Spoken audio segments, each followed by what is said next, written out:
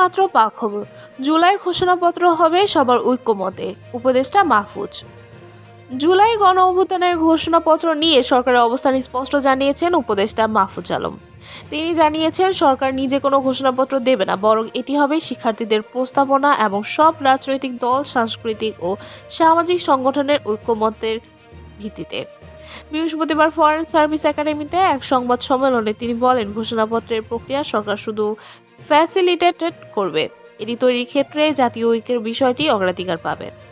মাহফুজ আলম আরও বলেন, শিক্ষার্থীদের একক ঘোষণাপত্র দিলে সেটি দেশের স্থিতিশীলতার জন্য ঝুঁকিপূর্ণ হতে পারে, তাই সরকার সবার মতামত নিয়ে একটি ঐকমত্য ভিত্তিক ঘোষণাপত্র তৈরি করবে।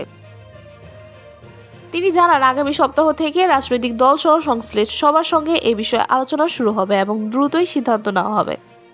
বিশেষ আপডেটের জন্য আমাদের সঙ্গেই থাকুন। ধন্যবাদ।